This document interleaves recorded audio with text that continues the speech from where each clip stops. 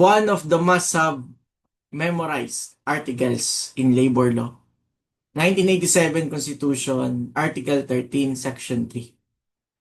That state shall afford full protection to labor, local and overseas, organized or unorganized, and shall promote full employment and equality of employment opportunities for all. It shall guarantee the right of workers to self-organize, collective bargaining, and negotiation, collective bargaining and negotiations, and perfected concerted activities, including the right to strike in accordance to law. They shall ensure security of tenure, humane conditions at work, and a living wage. They shall participate to policy and decision-making processes affecting their rights and benefits as may be provided by law.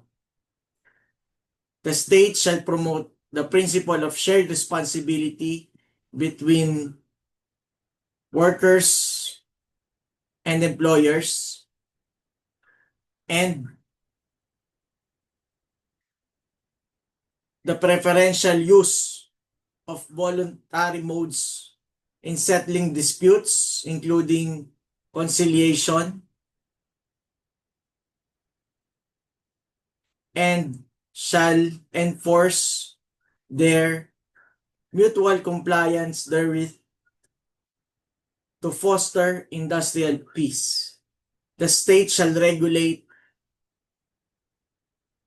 the relations between workers and employers, recognizing the right of labor, the right to labor, the right to labor, to just share of fruits of production, and the right of enterprise to reasonable return to investments and to expansion and growth.